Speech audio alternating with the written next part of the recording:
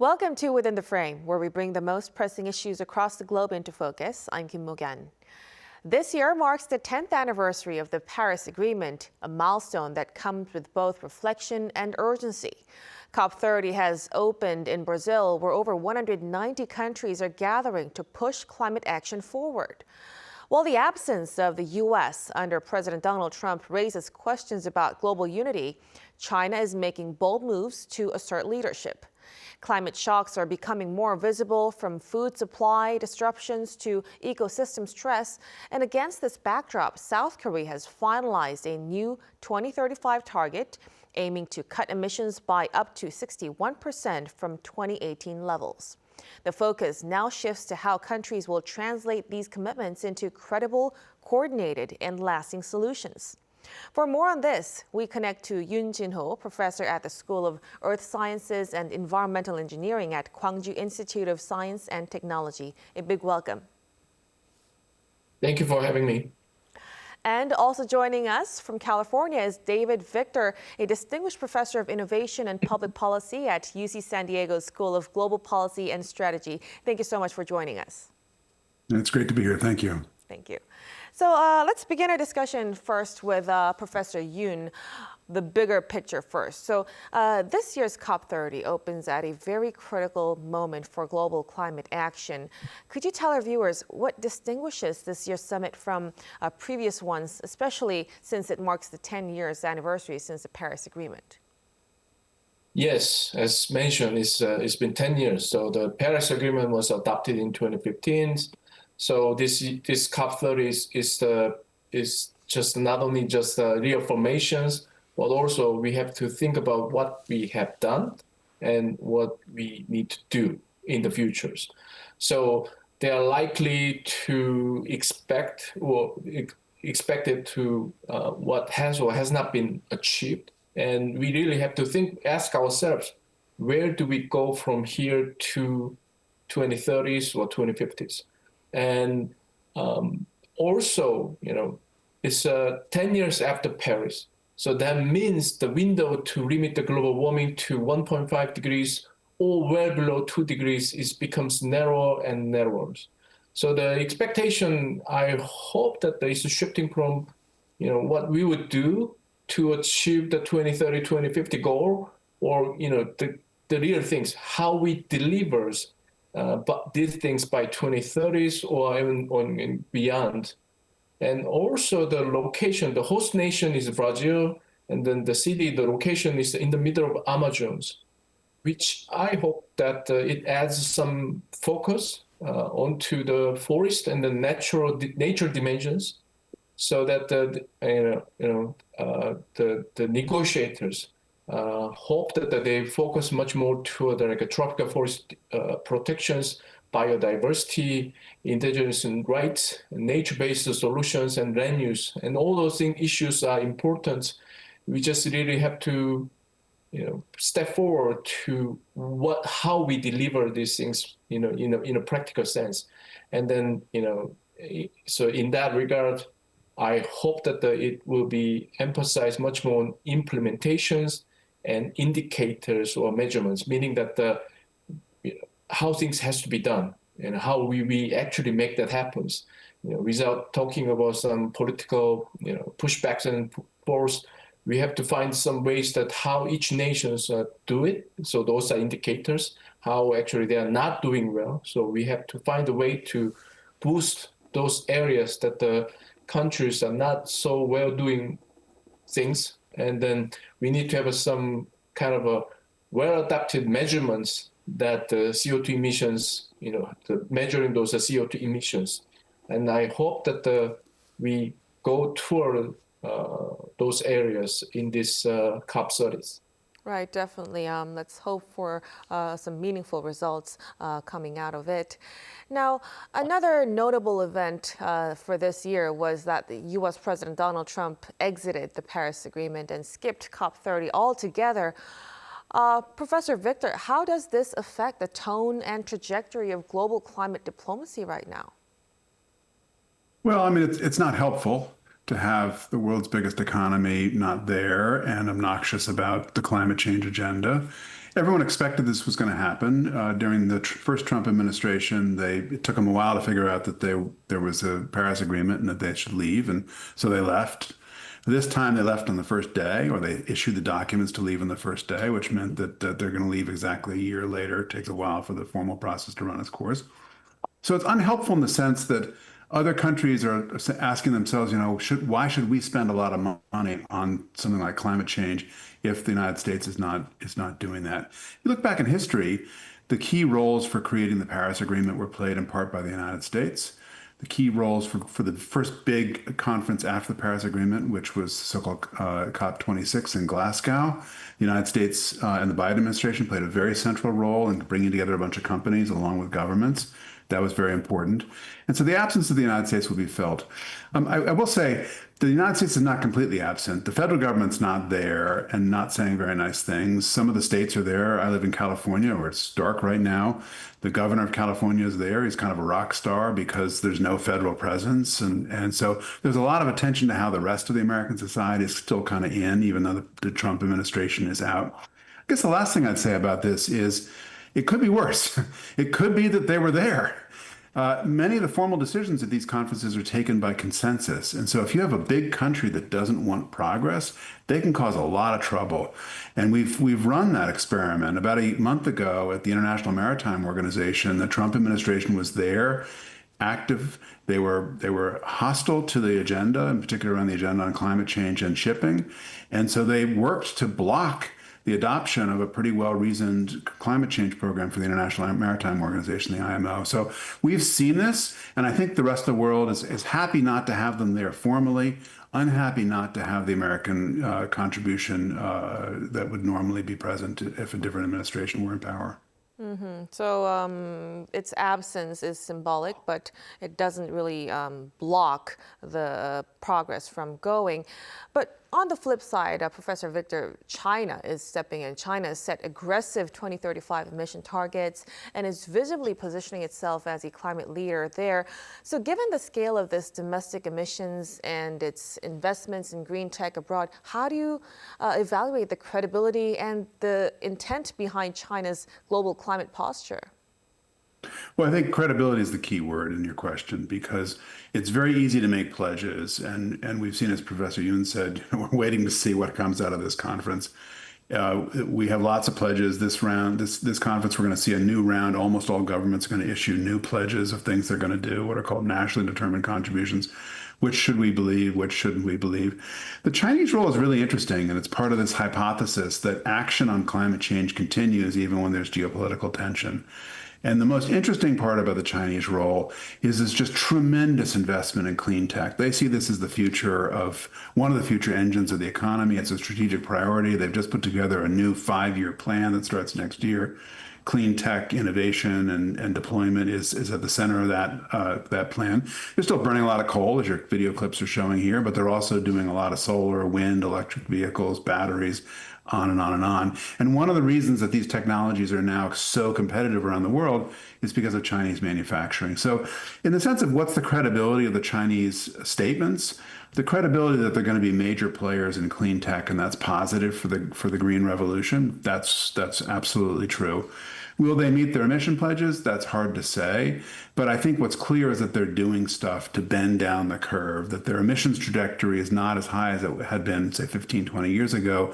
And in fact, many analysts now think that we've seen peak coal consumption in China, that even though they're using a lot of coal, that the total coal consumption in China has now reached its peak and is going to begin declining as they replace old coal plants with new efficient coal plants, as they switch from coal to nuclear and to renewables of various types, maybe to natural gas and some other energy sources. So the overall picture, I think, is mixed, but the Chinese role is very, very impressive and frankly pretty reliable. So China's role does seem more layered than it appears, and we'll look forward to their contributions then. But this actually brings us to the question of climate finance. Advanced economies have fallen short of their climate finance pledges. Professor Yoon, what mechanisms or frameworks are realistically needed to close the funding gap for developing nations?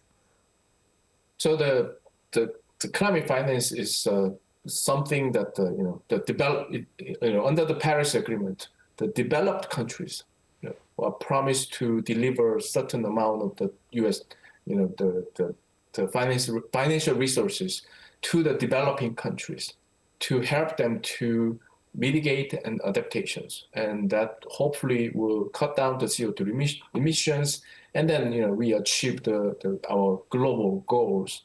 But then the numbers, whether that's 300 billion per year or $1 trillion per year, the promised by the developed countries are always kind of fall behind what's actually talked about in the agreement.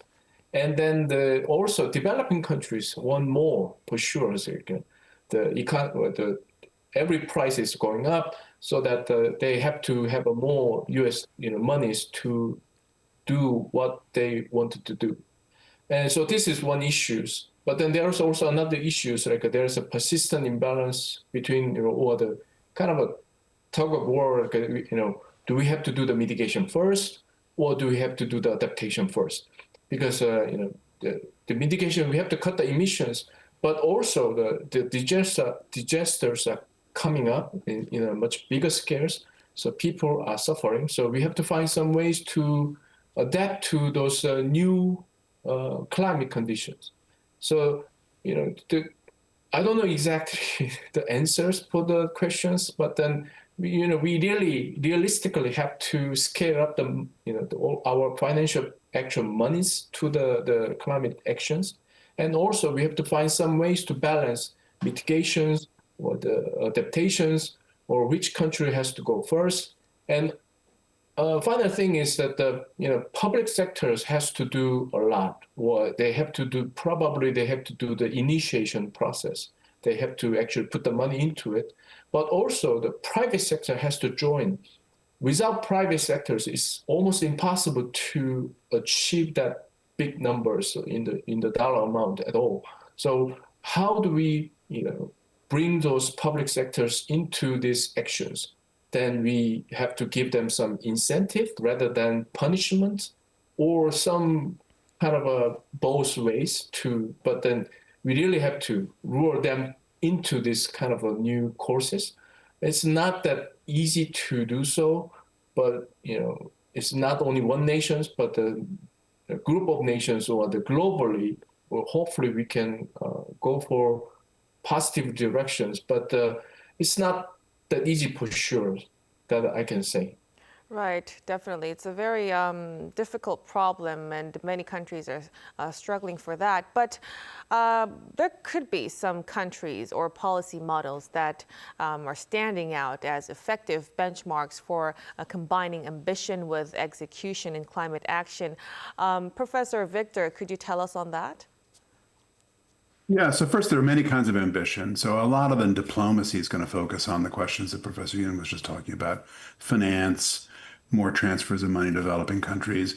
In that sense, we're going to have a lot of challenges this year because countries are not feeling very rich. They're not kind of wanting to donate huge amount of money. That's a recipe for political crisis. The ambition that most people are focused on is the ambition to solve the problem, which is controlling emissions. In that sense, the leading model is still basically the European model. Since the early 1990s, the only group of countries that have been really reliable leaders around climate change action have been the Europeans. The United States comes, it goes. The Chinese come and they go. Mostly they're in now, but it's not clear what their total emissions controls are going to be. Other countries are involved here and there, but they don't have the economic heft of the EU or the United States or China. So the Europeans really are the place to watch. And there you have a mixture of pledges that are very ambitious, along with actions to control emissions in Europe. And on top of that, what's called a border adjustment mechanism, where the Europeans have, for some products, now beginning to apply a tariff at the border to correct for the policies that are more aggressive in Europe compared to policies in other countries. So that's creating an incentive for other countries to come along and do more. And so it's not just action that's in Europe, it's action that goes outside Europe. So I think that remains the high watermark here. A lot of other countries are doing interesting things. I continue to be very impressed by the Korean nuclear program and some of the renewables programs. Really amazing what's happening, batteries and so on. The last thing I'll say about this is we have a tendency to think about countries as the unit of analysis, as the unit we want to talk about, because they're the formal parties to the climate convention, and most international politics, we tend to think of countries first. But in a problem like climate change, which is really a problem about technological transformation and changes in the entire society, the right unit to look at is not just countries, but it's industries. Why do we care about this? In the United States, some of the most extraordinary developments are taking place far from the federal government. Think about the data centers that are very much in the news. The biggest users, the four biggest users of data centers in the United States, are all willing to pay a lot of extra money, like double the cost of electricity, if they can get clean electricity. That means renewables, that means reopening nuclear plants, that eventually means building new nuclear plants. It means natural gas with a technique they call carbon capture and storage that captures the pollution on the natural gas plants. One of those was just announced by Google in Iowa in the last few weeks. And so you look across the board and you see an industry that, even though they don't face regulation, is going out and doing stuff.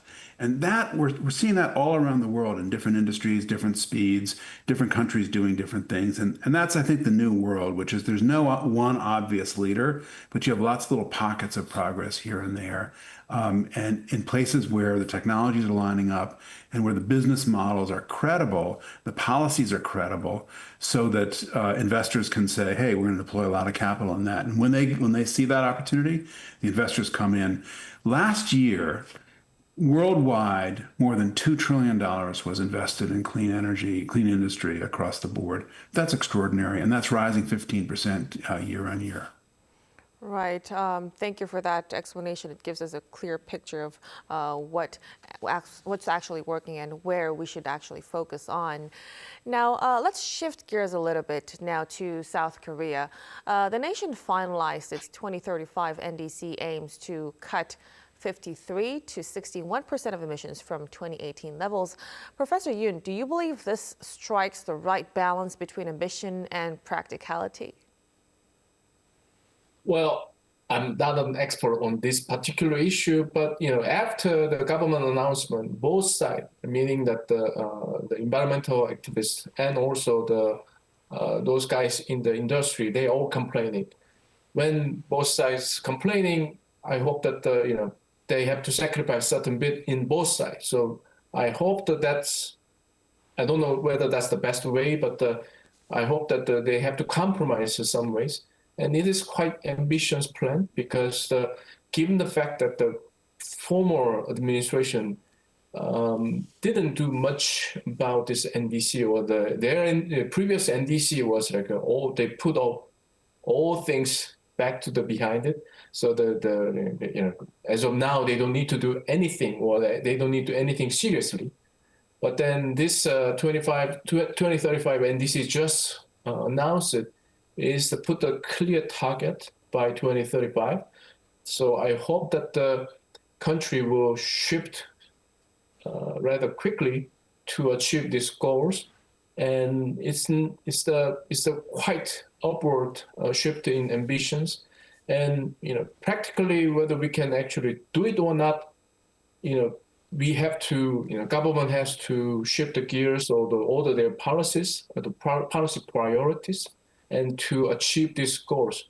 Like my case, one example I had was like when I do the public lectures, a CEO, a guy, just asked me, because his business will eventually cannot survive under this type of NDC environment, or this new regulatory environment. And he asked me what to do. And I feel, at the moment that when I got the questions, I was really stunned, and it took me quite a while to respond to him. But what I tried to tell him was that this shift in the policy or the environmental regulation is, we already went through something similar. Like in 1970s, Korean industry was a heavily labor-intensive one. But then now we shift all things into more energy, or the chemical engineering side of it, or the semiconductors. So we've been, the economy has been shifting from one direction to another, and then this environmental regulation is kind of a certain things, but it can be outside factors, or it comes down to a new regulation to the most businessmen. But this is, as Professor Victor said, that there are some companies that are trying to move toward that direction, ahead of or even the government are targeting. So we have to, give them some incentive to, change their business into more appropriate to this new carbon reduction industry, or the new kind of business model. So hopefully they can find some ways to shift their business into the new model.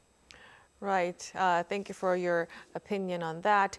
Now, what about Professor Victor, looking beyond the summit, what do you think must happen after COP30, both globally and in Korea, for climate goals to move beyond rhetoric and into real progress? Well, I think it depends a lot on what actually happens at COP30. If COP30 ends with some of these financing issues resulting in a blow up and no final agreement, which has happened in the past, it happened in 2009. All the governments got together, they spent 2 weeks together, they stayed up all night for a few days in a row, and they couldn't reach agreement. And that blew up the space and opened up the space for new ideas, and that's actually what produced the Paris Agreement, so it's quite helpful. This time, if we had a big failure like that, it might be very harmful, because the Paris Agreement mostly is working. It's working pretty well. It's encouraging the kinds of investments we've been talking about all day. So that's fantastic. But if we have a failure at the conference, we're going to be looking to see what happens, which governments are there, ready to show what they're still doing, why we should still believe in the process, we shouldn't lose faith in the process, and so on. So that's going to be the most important thing if there's a failure. If the conference results in some kind of agreement where nobody's quite sure what they agreed to, but they agreed that they agreed, which is what most diplomacy is about, then the most important things are going to be to continue implementing these pledges that countries have made, figuring out what works, what doesn't work, and also, frankly, figuring out how to help the developing countries. One of the most important insights from climate science for decades now has been that the countries that are most exposed to the physical impacts of climate change are the poorest ones, the ones who are least responsible for this. And they're going to need help, because although we're making progress overall in the climate problem, we're not stopping it yet, and we're in for a lot of climate change. Right, so we'll really have to continue to cooperate and look into the results of how the COP30 concludes. Right, but as for now, we'll have to conclude our discussion right here. Thank you so much for your insights, Professor Victor. Thank you very much.